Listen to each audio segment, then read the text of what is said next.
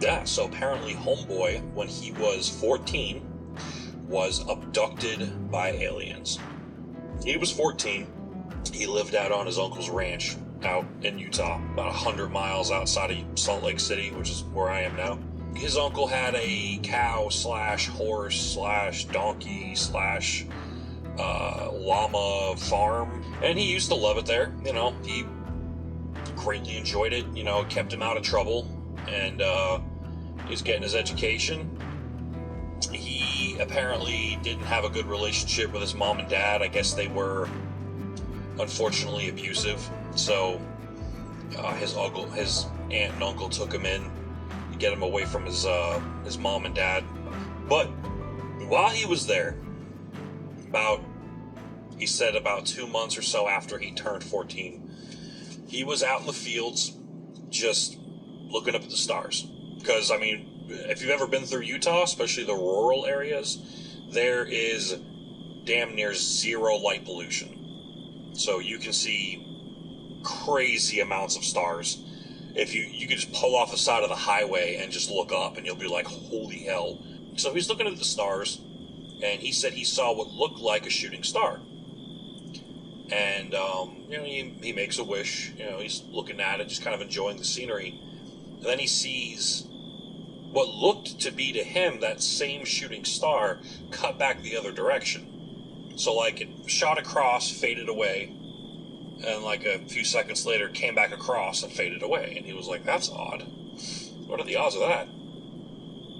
Now, he said he was not a believer in aliens. He was not a believer in the supernatural of any way. You know, he was raised in a pretty religious, traditional, logic-based family. So, he's just looking at the stars. But what really started to freak him out was, while he was staring at the stars, he noticed that shooting star that he saw, it was starting to go back and forth again, but now it's faster, until, you know, while he's staring at it, he realizes that it's not a shooting star. There's something above him spinning, and it's reflecting the stars off of it. And he said that at first glance, he thought he was looking at, like, maybe like a blimp, but he's like, it's nighttime. Why would there be a blimp out here at night? But it was curved. You know, it was blimp-shaped. It was torpedo-shaped. So he's just mesmerized, obviously. He's just staring at it. And one thing he said he thought was very strange was, despite how close it looked, it made no sound. It was completely silent. All he heard was the wind cutting through the grass and the occasional cow off in the distance. He didn't hear a damn thing coming from this, what he said to be, it would look to be a sizable object, but because it was nighttime and it was reflecting the stars, and there was just the occasional whip of a star, you know, reflecting off of it, he couldn't really get an idea of how close or far away it was or how big it was. He just knows it was torpedo-shaped. So he starts to get weirded out enough that he starts backing up, and he's like, I'm going to go back to the farmhouse and tell my uncle what I just saw. His aunt and uncle just tell him that, you know, he was probably just tired, and, you know, gave him a bunch of different excuses as to things it could have been, whatever. And he just was like, all right, yeah, you're probably right. And he's 14. He's like, all right. So he goes to bed. Now, that was the last time he saw it until he was, like, 15, he said. And then right around the same time, like 2 months after his birthday, after he turned 15, he's out in the field, and he's doing something with one of the livestock. And it's not quite all the way nighttime yet. There's still a little bit of sunlight peeking over the mountains. But he saw it this time. He saw it. Like, he saw it. Like, he could tell how far away it was. And it looked to be a oval-shaped disc flying through the air. And it was just hovering, but making no sound at all.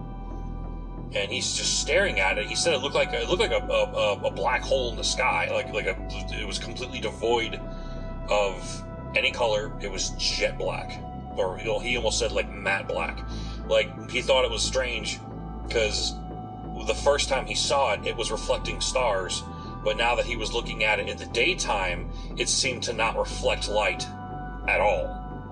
Like it was made of that, Vantablack stuff that traps the light so it doesn't reflect, so it literally almost looks like a bad Photoshop, but it's real. It's actually black, it's actually there, it's a solid object. So he's transfixed, he's staring at it. Now the livestock all around him starts leaving. They start getting away from this thing. He's just staring at it completely dumbfounded, and before he really clicks in his head to, like, you know, run, it's already right above him. He says for a brief minute he felt calm. He didn't feel scared, he didn't feel threatened. He felt like something was in his head was telling him, don't worry.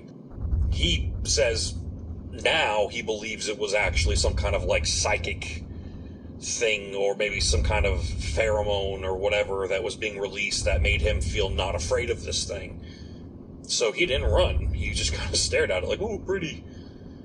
And he said that this doorway opened up, like it was a circular hole in the bottom. It opened up, and despite what you might, where you might think this is going, this is what's really weird. It didn't beam him up. It lowered on top of him. Like it lowered, it lowered the hole and it went right over him. Like it landed on top of him and he went into the hole as it landed. And he said it had basically like a violet colored, like fluorescent light. And he said it didn't look that inhuman. It literally looked like just violet shaded fluorescent bulbs that were a straight line across the ceiling. While he was looking down a hallway in front of him, too weirded out to move, still just completely transfixed, he's staring down this long hallway of basically with this line of like this violet light. He just blacks out, and he remembers briefly coming to at one point, and he said it looked like he was staring at a beetle. It was like a humanoid with the head of a beetle. It had humanoid arms, but they were covered in like chitinous armor with not spikes, but like even like bumps. They were jet black, like almost the same material or same color as the ship itself. The only thing that really gave them any color was there was a very, very, very vague fluorescent color of violet coming from their eyes. And he said that he had this almost nauseatingly strong smell of what he described as perfume, but he said it struck him as slightly rotten berries, or like slightly off fruit. So it's very sweet and pungent, but it struck his nose as like expired food.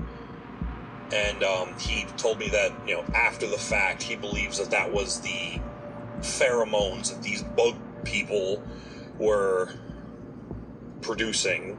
And they stood on 4 chitinous legs, like bug legs, like little, you know, he said they stood about 5 feet tall.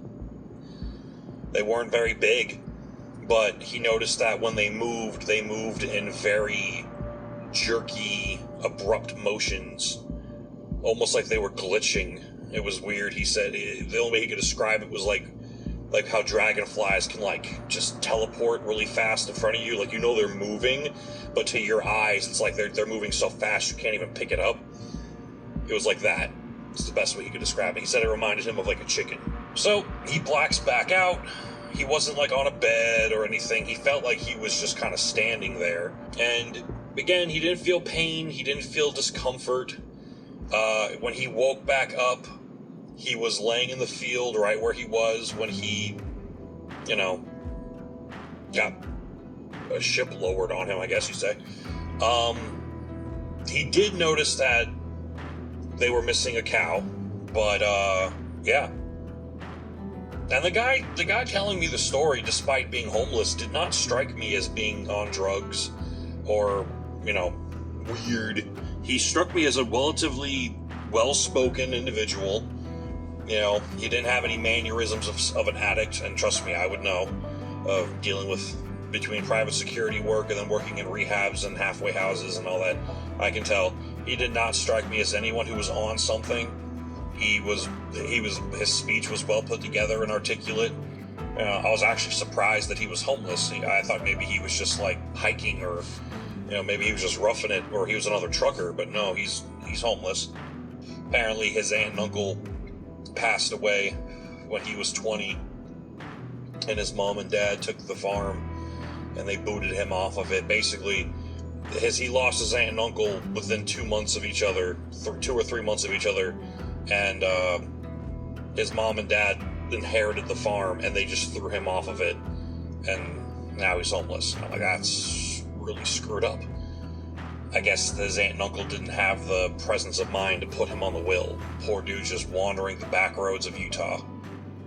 But, yeah, that was his story. Apparently, he believes that he got picked up by interdimensional and or extraterrestrial beings that were just curious. He didn't have any kind of symptoms of anything afterwards. He said it took a while for the smell to go away. Like, he noticed, like, even his aunt and uncle commented how he smelled musty, like rotten fruit. And it took him, he had to throw his clothes away. He couldn't get the smell off his clothes. But after about 2 or 3 days, he said it went back to normal. But yeah, they never found the cow. Surprise, surprise. And yeah, that was it. Very short story, but I've heard a lot of descriptions of aliens. That's a new one. Beings that walked on 4 legs. They had a bug-style body, but a human-style torso.